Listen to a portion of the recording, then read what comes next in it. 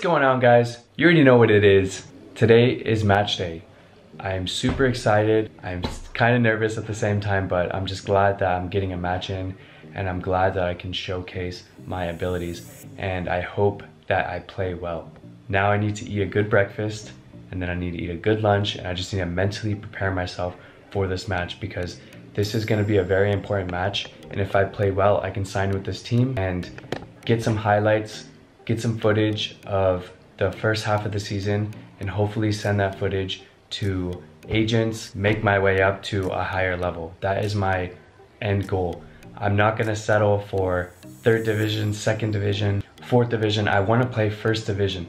That is my 365-day challenge. Do you know what I'm saying? Even if I sign a contract for a 2nd division team or a 3rd division team, 4th division team, 10th division team, that is not what my goal is. When I said 365-day challenge to a pro contract, I meant 365 days to a pro contract, meaning to a 1st division team that you guys all know.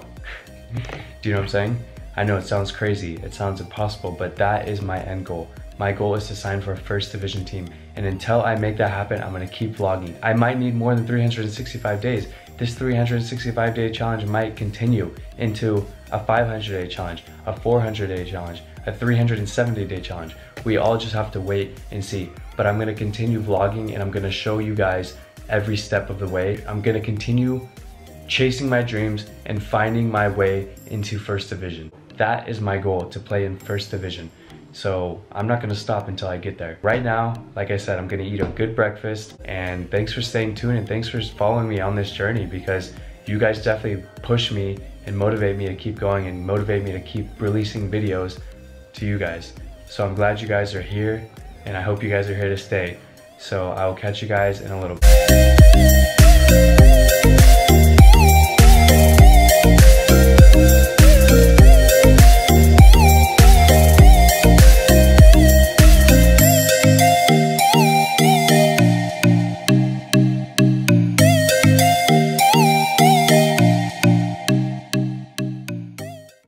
What's going on, guys? Just got back from the store. Got my bag groceries right here. So I'm gonna show you what I eat for breakfast, just because I want you guys to learn what I eat, because I try to eat as professionally as possible before a game, before a match, so I can perform at the best of my ability. And food and diet is definitely important, especially on match day. You gotta eat certain foods at certain times. So you gotta be very smart with it, otherwise it can leave you feeling heavy during the match, you can feel sluggish, you can feel slow. Like, you need to prepare yourself physically before you prepare yourself mentally. Because if you're not physically ready, then even if you're mentally ready, those two things aren't gonna work. So let me tell you what I eat. First of all, before eating, water. Water is very important. You need to drink at least, I would say, 2 liters of water before your actual match, just because your body needs to store that water and you could be super hydrated. Hydration is the most important thing when it comes to playing a match, because your body, you're gonna sweat a lot and you're gonna lose a lot of water. So if you don't have that fluid built up and that water built up in your body, it's not gonna be very good. You're gonna be thirsty quicker, you're gonna be tired quicker. You need to hydrate yourself as much as possible before a game. Second of all, bananas. You already know bananas are very important. Bananas have a lot of potassium, it has carbs, it has everything that you need. It has, literally, bananas is probably the best thing that you could eat. What I eat for breakfast is more of a complex diet, which means I eat a lot of complex carbs. Bananas are simple carbs because they're fruits. They're easier and faster to digest, but bananas, you can eat simple carbs for breakfast. It's good. Third of all, tortilla. This is made of eggs and potatoes and onions. That's probably the best thing that you could eat for breakfast, honestly. It's low on fat, it's complex carbs, it's protein, lean protein, so it's probably the best thing that you could eat, honestly. Because if you eat high fat protein in breakfast, it's not as easy to digest for your body, so it's gonna stay in your body for longer and you might feel it in the game. So if I were you, I would eat lean protein as much as possible and try to avoid fat. That's not gonna be good for you. Fourth, whole wheat bread. It's easy to digest for your body. Ensure that your muscles will have enough glycogen to get through the game. Glycogen is produced by complex carbs. So if you eat complex carbs, your body will store that glycogen and use it throughout the game. So it's going to be very good if you have that in store in your body. Milk. Milk is, you know, it is high on fat, but you can always do low fat milk, which I have here. And I don't necessarily like low fat milk, but if it's before a game, I can do low fat milk. This is pretty much what I eat for breakfast, and if you want to try it out, it's really good. And I think you guys will enjoy it, and you'll enjoy the way you feel. Later, I'll tell you guys what I eat. It's mostly fruits and vegetables, just because those are simple carbs and your body digests those really quick. So I'm gonna eat right now, and I will get back to you after. What's going on, guys? 2 hours before game time. I'm about to leave. I gotta get there about an hour and 15 minutes early so I can warm up with the team. They told me to get there by 7. Wish me luck. I'm meeting with Eduardo right now, and we're heading to the game. So I'll see you guys at the game. Okay, so right here, I intercepted the ball, passed it back to the goalkeeper.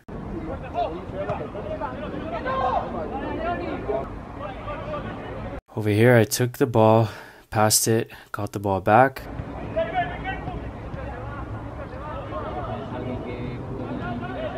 Looked in front of me, see if there's any options, nothing, so I passed back. This next moment was literally like 25 minutes in, right here. I literally went into the middle because I wasn't receiving any passes on the wing, so I decided I need to get in the middle so I can start touching the ball. So I get the ball, I pass it to the winger. He tries to give me a 1-2, but it's deflected and it goes to the other defender. Right here, I win the ball, but I don't see anything, and so I kick it off the defender's leg and get a throw in.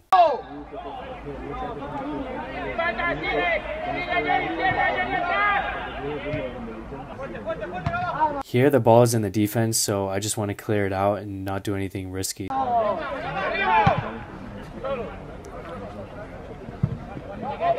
In this moment, I do a little flick, and this guy should have anticipated that flick. You can see he was jogging.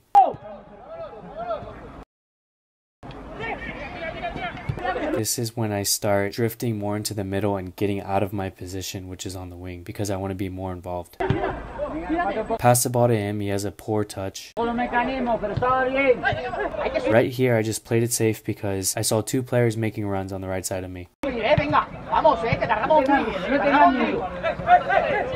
Here, I go back onto the wing because the coach is yelling at me, telling me to go back into my position because I kept drifting in the middle. I'm a center attacking mid, and I'm used to attacking in the middle. So I received the ball here on the right wing.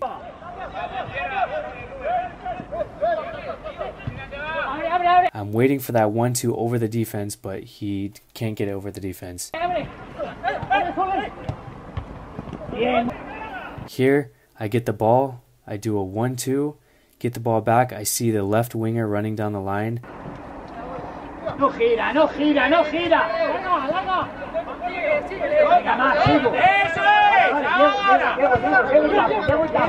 I don't see any options. I dribble this guy, and I pass it to that guy on the wing. And he gets it, but he does a bad touch and it goes out. Here, I win the ball, and the guy fouls me, so it's a free kick.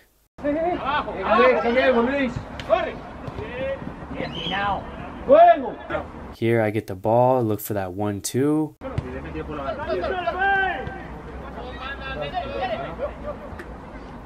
Get the ball down the flank, turn back. I don't see anyone in the middle wanting the ball, so I pass it to this guy, playing it safe, and he has a poor shot.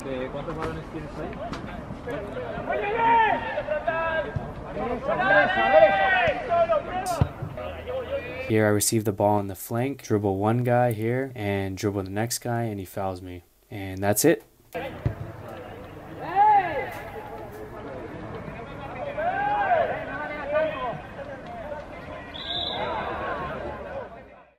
What's going on, guys? So it's the morning after the match, and I have a lot of mixed feelings about the whole thing. They put me as a right winger.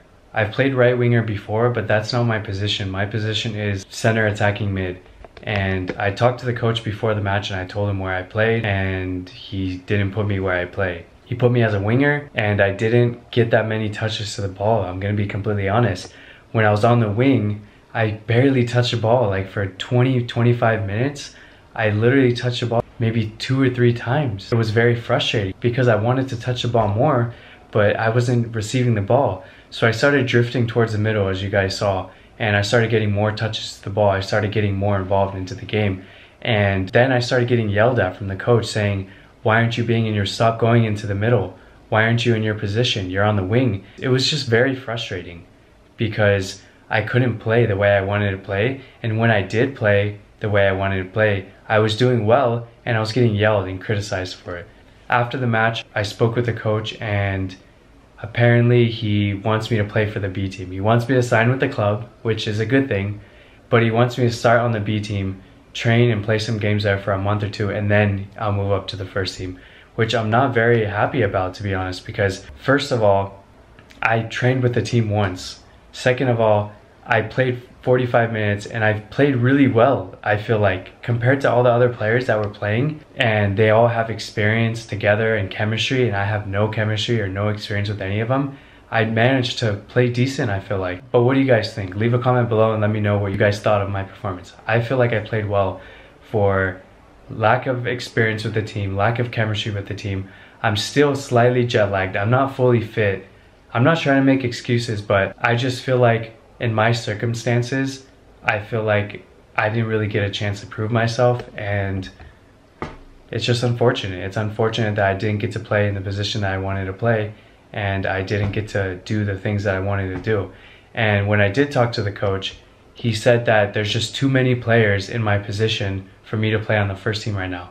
And what that means is there's too many players with seniority that have been playing in the team for years that are going to start over me. Because if I do go to the first team and I start playing, there's going to be problems within the team. There's going to be problems with the players. They're going to be mad. It's not going to be a good situation. It might turn into chaos. Who knows? So that's what the thing is. There's a little bit of politics in this team, just like there is in every team. There's politics everywhere. But yeah, that's what happened. They want me to play on the B team. They want me to sign with the club.